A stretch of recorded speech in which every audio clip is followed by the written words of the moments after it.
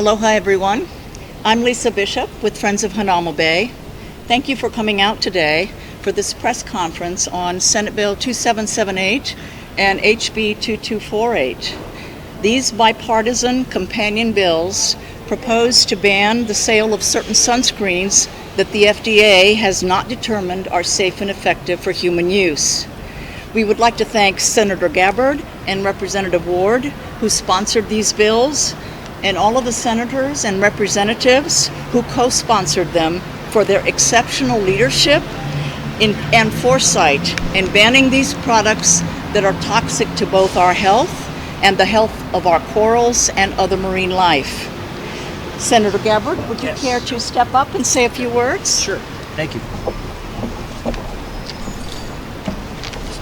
Hello, Mai Kako. And first, a special mahalo to Lisa and also to Joe DiNardo, who will be speaking later. And a special thanks to Dr. Craig Downs with Hereticus Environmental Labs, he's in Virginia, could not make it today. So it's great to have them and the other members of the Safe Sunscreen Hui back in action again. It was in 2018 when we were working on our landmark first in the world legislation to ban the dangerous chemicals oxybenzone and octinoxate in sunscreen starting January 1st, 2021. The science told us that these chemicals were a threat to our coral reefs. And as we all know, our coral reefs are an integral part of having a healthy ocean ecosystem. And the fact is, they are definitely under threat from runoff, wastewater, and impacts of climate change. So by moving forward with Act 104 in 2018, our state created a policy-changing tidal wave with locales such as Palau, Aruba, Bonaire, the U.S. Virgin Islands, Marshall Islands, and the city of Key West following our lead. I've been told by people traveling all over the world that they often see sunscreen displays that say that their products are in compliance with Hawaii sunscreen law. So this is something we as Hawaii can truly be proud of. So today we're here to talk about the next step. In February 2019, the Federal Food and Drug Administration came out with a proposed rule that makes it clear that in addition to oxybenzone and octinoxate, there are 12 other sunscreen chemicals that are not safe for human health. The FDA announced that the only two active sunscreen ingredients that are on their generally recognized as safe and effective list are zinc oxide and titanium dioxide. So with the introduction of SB 2778 and HB 2248 in partnership with my good friend Rep. Jean Ward and our other colleagues, we'll be protecting human health by prohibiting sunscreens that have these other dangerous chemicals.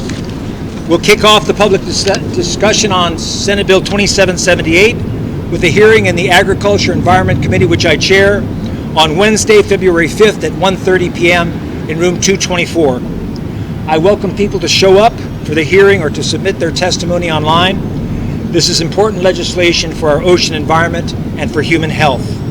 So I'm hopeful that we can find success like we did in 2020. And as we all know, it's a kako thing, all of us working together. So please spread the word and get involved. Mahalo.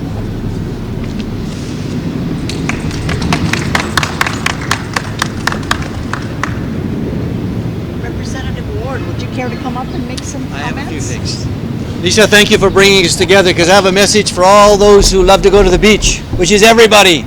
And for those 10 million tourists, what we thought used to be good for us may be harmful for us.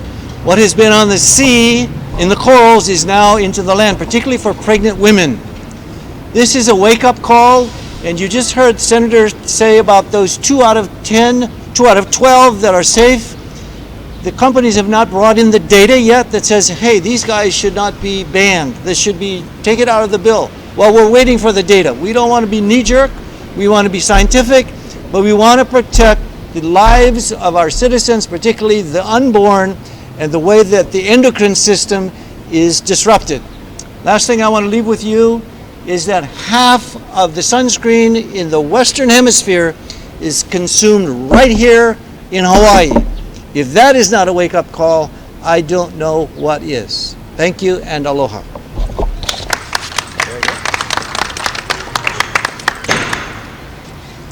We also have some organizations and businesses and other nonprofits who are here in support of these bills, and I'd like to call some of the spokespeople up for them.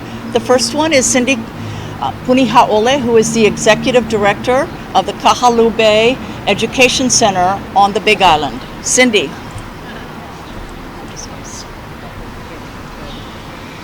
Aloha kako. You know, as a kama'aina of Hawaii and of the Big Island, it is very sad for me to see what is happening to our environment today. As the director of the Kahaluu Bay Education Center on the island of Hawaii in Kona, we see that our bay, Kahaluu Bay, is dying. We see our coral heads that are in deteriorating. And for me, it's about taking care of place. We all need to understand how important it is, not just for us in this time, but for our future generations. It would be shame on us if we do nothing. But we have an opportunity with sunscreen to make a change immediately, to look at those chemical sunscreens that we have been using in the past, and then look at mineral sunscreens that the FDA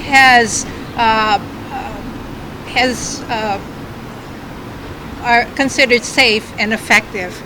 So zinc oxide and titanium dioxide are some of the sunscreens that we should be educating our visitors and our local community to use to take care of our corals. And I thank you for coming here today, and as we share in our important message to support SB 2778 and HB 2248. They are very, very important bills that can help save our environment. Mahalo. Thank you, Cindy.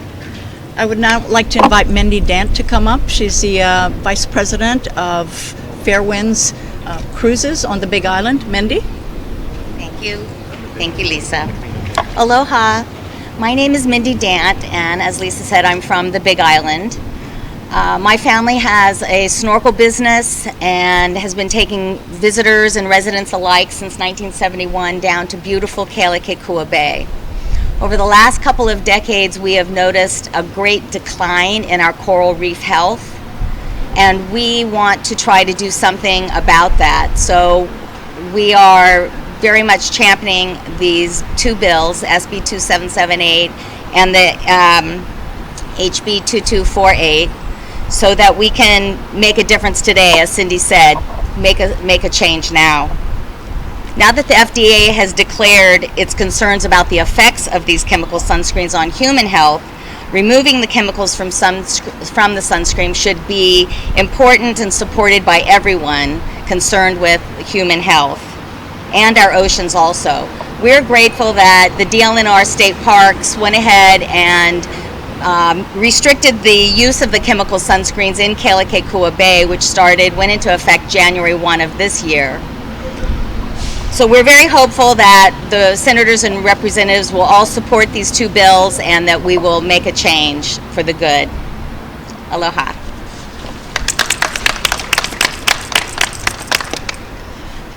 I'd like to introduce Paul Balaz, who is the faculty advisor for the Kaiser High School Wipeout crew. Paul? Thank you, Aloha. So as a teacher, also as a resident of Hawaii of Mauna Lua, growing up in the area, it's really important that we all take note of the intersection that we're all at. It's a cross-section of culture, community, ecology, technology, most importantly responsibility, so that being aware of our next step forward, the path that we all have to take. Being an advisor, teaching leadership in my community has never been more important than it is right now, and we do support this bill and really any other bills that do take those things into account.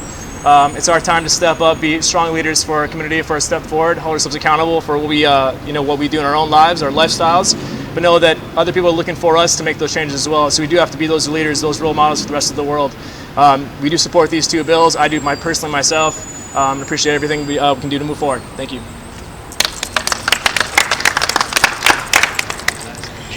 Our last speaker is a research scientist emeritus and toxicologist, Joe DiNardo. He recently attended the FDA and personal care product industry meeting in Washington in November of last year, where they discussed the changes in the monograph for sunscreens that the FDA wants to make finalize. Joe is here to talk to you about that, and then we'll have an opportunity for questions and answers. So let me introduce Joe DiNardo to you. Go. Mahalo again, and thank you everybody for being here. And thank you to Senator Gabbard and Representative Ward, who have been absolutely wonderful, plus all of the colleagues and all the people in the Hawaii government who have supported these bills. It's very important to understand that these bills are just not just a significant impact to Hawaii, but they have produced a significant impact completely around the world. And there are so many countries and so many conversations that I have with people internationally, myself and Dr. Downs, who are just extremely excited about things that they can do to protect their environment. And usually it's a very complicated issue, and you have to do 6, 7, 8, 9, 10 different things, stand on one leg, recite some kind of a strange poem to make something happen. But this is the simplest and easiest thing that any of us can do to prevent damage to our environment. Is just simply switch the type of sunscreens we use, from 2 reasons. One, I get a lot of questions in relationship to, well, if it's a question between coral and human health, well, I'm sorry, but the coral has to go. The reality to that is an inappropriate statement. What people don't seem to understand is that we are not separate from the environment. We are part of the environment. So what we do to the environment comes back and does to us. We have polluted our waters, our oceans, and it's really sad. We polluted our land, and unfortunately, if you take a look at these 3 different types of posters that we have up here, we are polluting our bodies. There are several individuals from different types of organizations that have claimed that there's no data on humans, and what I'd like to tell you is that in relationship to oxybenzone, there are about 50 current publications in the peer review articles that will talk about all kinds of different toxic effects that occur not only to individuals, but also to their offsprings. So it's a very significant issue. The same with the compound, trilamine salicylate is a compound that FDA just took off Category 1 completely and said this is not acceptable for human health or human safety. In other words, their general definition is that the risk outweighs the benefits associated with that sunscreen. The same with another compound called PABA, para-aminobenzoic acid. And there's another compound, we don't have the information up here, called octinosate, which was part of our first billing, that we also were able to ban based on its effects in humans and in environment. Now, the common link between the environment and human toxicity is something that's a little complicated, but not that difficult to understand. They're called endocrine receptors. And endocrine glands are the things that make hormones in our body. So what we're basically doing when we put these chemicals into our bodies at extremely high levels, which is what FDA has found and why they converted things from Category 1, safe and effective for human use, to Category 3, needing more data, is the fact that the level of absorption is significant. And that significance builds up, adds up, and creates all kinds of toxic effects in the human model. So again, this is a very simple process. We can help ourselves, our bodies, we can help our environment, and all things can be a little bit safer and a little bit cleaner if we just all seem to work together and appreciate and understand and accept our sciences. So thank you very much. Yes. Q&A? Okay. Yes. We now have time for questions and answers, so if anybody has some questions, please call out, and Joe is here to answer any for you. So please. Joe is here. Joe is here. Joe is here. This is why Joe is here, actually, yes. Are there any questions from anybody, or we did such a good job that everybody has? Yes, please.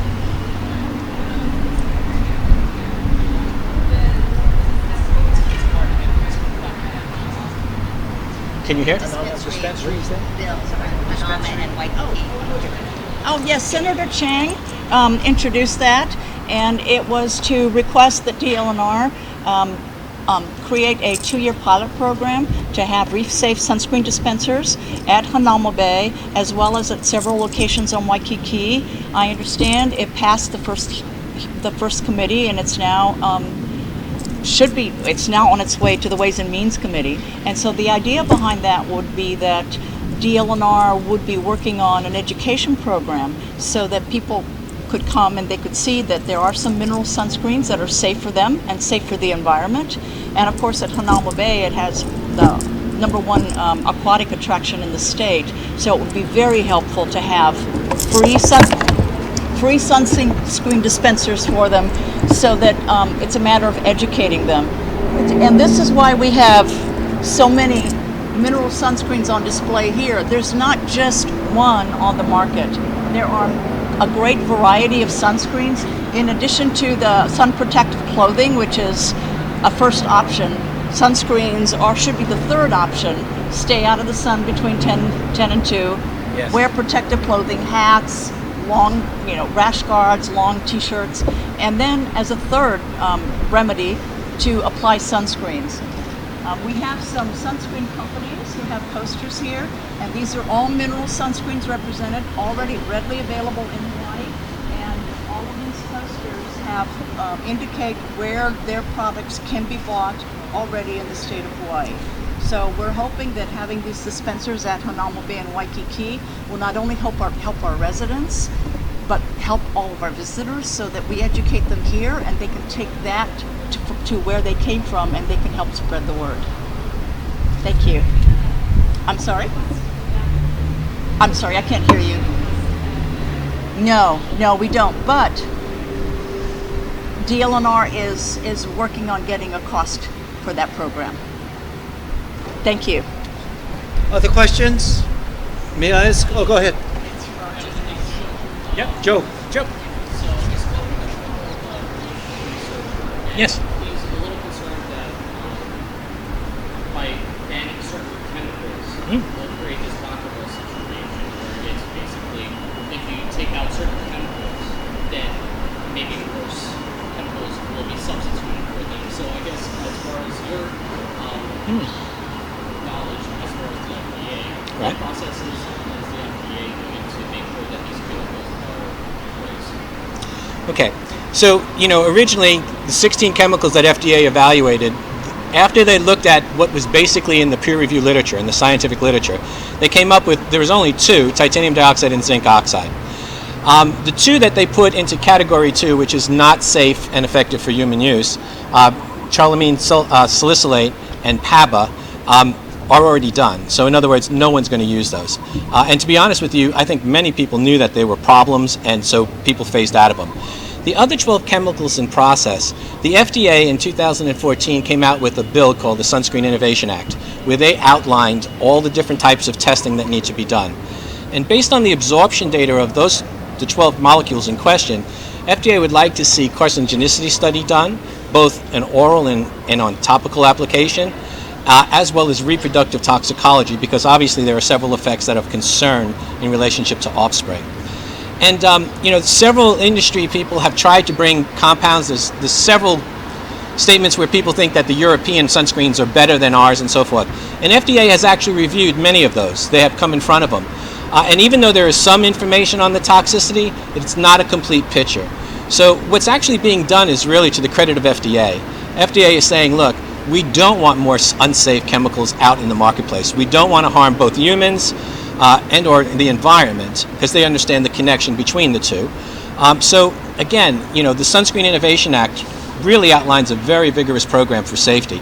And I don't believe FDA will approve anything unless the corporation or chemical company is going to do all of those types of tests and assure us that they're safe. Is that good? Very good. I wanted to add something. Please. In 2018, when we worked on the oxybenzone octinoxide bill, there was some input from constituents. They were concerned about the sunscreen police that were going to be going down Waikiki, checking everybody's tube. Just to be clear, we're not going to have a sunscreen police. We're talking about a ban on retail sales. And the way the bill reads now is that the effective date would be January 1, 2023. But again, the bill is being introduced. The conversation will begin next Wednesday at 1:30. Thank you. Excellent. I also wanted to add one question, and that is, Why did Representative Ward talk so emphatically about women expecting children? What are the dangers, Joe, that pregnant women can expect if these chemicals persist? There are a variety of different chemicals. In fact, we do have some handout information that we'd be happy to share with you to go through it. There are literally about 350, 400 different references out there in relationship to toxicity. But the last poster on this side is a disease called Hirschsprung's, or called megacolon. And this is a problem that is found in neonates when they're born. What happens is that there are cells that migrate during the development of the embryo and the fetus. And oxybenzone has been shown to potentially inhibit the migration of those cells. So what happens is it creates a malformation in the offspring that requires surgery within the first 24 to 72 hours, otherwise death can be imminent. So that's one particular thing. But there are all kinds of other developmental delays. The World Health Organization is extremely concerned, again, because these are endocrine disrupting chemicals. And what the World Health Organization says is that we have seen a significant increase in the last 40 to 50 years in all kinds of child diseases, especially autism. Autism is significantly on the rise, in which we believe endocrine receptors do play some kind of role in. So there are a number of behavioral issues, there are developmental issues, abnormality issues, and so it's a very complicated thing, but again, the science out there supports it. One of the other things that are of most concern to many people, breast cancer is also significantly on the rise. And compounds like oxybenzone and octinosate have, again, I have about 7 or 8 different research papers from different researchers from all over the world who have done studies that show that if you have breast cancer and you come in contact with these types of materials, it can increase the metastatic state of breast cancer, which makes it extremely much harder to treat and creates more kinds of problems. So, women's health is extremely essential. The health of newborn babies and developing fetuses are extremely potential. But the other thing that's involved is what happens to males as well.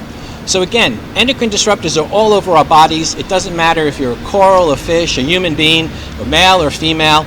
The problem is that these materials can also impact sperm motility, which actually decreases the chances of pregnancy. So again, there are numerous amount of studies out there that show all of these types of reproductive and behavioral problems and why we really need to be concerned and protect our public.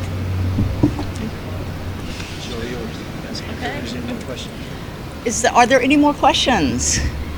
No? Thank you very much for coming this afternoon, and please stop by and look at all of the sunscreens that we have available, and feel free to take a sample or two. All right? Thank you very much for coming. Thank you. Aloha. Aloha. And don't buy extra.